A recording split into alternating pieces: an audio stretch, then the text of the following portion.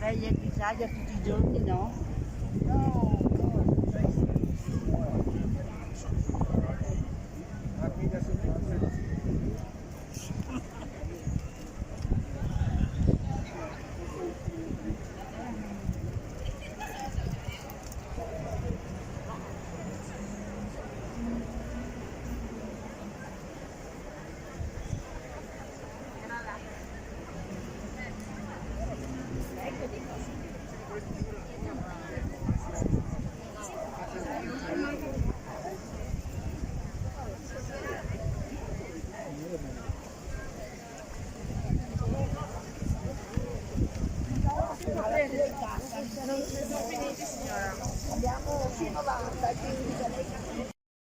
Vice Sindaco Tomaello, vi aspettavate tutta questa gente? Io francamente no. No, tutta questa gente no. Diciamo che l'iniziativa comunque è rivolta alle persone che frequentano il centro, che frequentano la Movida, e con una bella giornata come oggi comunque ha, diciamo, favorito anche l'afflusso di gente. L'importante è il numero di tamponi che sono a disposizione oggi della Protezione Civile, di chi fa i tamponi, capire insomma l'andamento dell'epidemia. L'iniziativa della Regione con l'Università di Padova è fondamentale per fare uno screening generale su come sta andando l'epidemia in Veneto. Ringrazio comunque la Protezione Civile perché 15 volontari impegnati oggi e stanno cercando di regolare i flussi e tenere tutte le persone distanziate e gestire tutto al meglio. E dopo speriamo che ci siano risultati buoni, insomma, che non ci siano tanti casi e che l'epidemia vada via prima possibile. Secondo lei questa presenza massiccia di persone è anche un effetto della voglia di normalità, cioè di togliamoci il problema, vediamo se siamo positivi o meno? Sì, c'è una volontà sicuramente di capire e di sapere anche personalmente se sia il Covid, se non sia il Covid, naturalmente.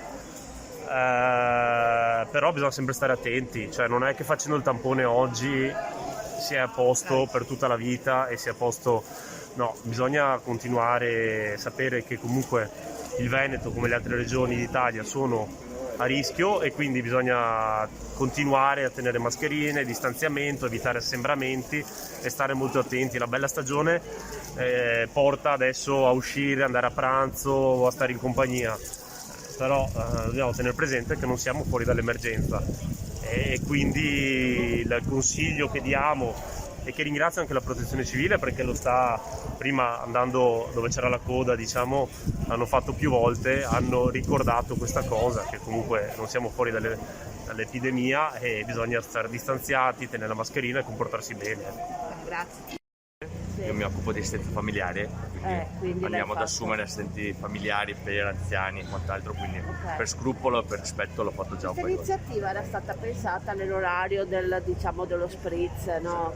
Io Forse ho per sentito avvicinare i giovani, però c'è tantissima gente anziana ancora. Ma perché probabilmente i giovani sono i primi a negare l'esistenza di questo problema, fondamentalmente perché nasce con l'idea che il virus colpisce gli anziani e non i giovani, quindi l'idea o il concetto che è stato lanciato, diciamo, dalle televisioni forse ha fatto un po' deragliare quello che poi è la sensibilità, perché i giovani poi rischiano di far ammalare i genitori. Certo. Infatti adesso ne stanno parlando alla televisione.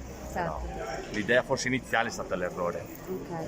Tu invece ti sei trovato bene, l'esperienza è stata positiva? Sì. Ho sentito che l'avevamo già fatto a Treviso e a Padova e quindi Sì. in totalità oggi ero libero, ho detto lo faccio, è una cosa comunque positiva da Cioè fare. una passeggiata, shopping e tampone. Sì, dopo vado a fare l'aperitivo. Bravissimo. Se va tutto bene, se è negativo. Esatto, te lo auguro. Incrociate le dita allora anche per Ciao. me. Buona serata. Ciao.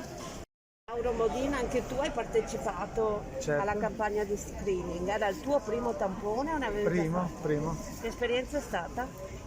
È leggermente fastidiosa a livello fisico, Certo. però bravi, educati, gentili. Ok. Secondo te questa iniziativa era pensata per l'orario dell'aperitivo, quindi magari in grado di intercettare più ragazzi? Alla fine vedo tante persone anziane. Sì. Cosa significa? Sei tu? Ok. No, ci sono anche tante persone anziane, voglio dire. Sì, tante che vogliono sapere, tante che non riescono a averlo, neanche io non sono riuscito a averlo fatto prima. Tu che sei un artista, se dovessi immaginarti un coronavirus in arte, come lo vedresti? Non lo so. Una tela nera. Una tela nera, ok, grazie.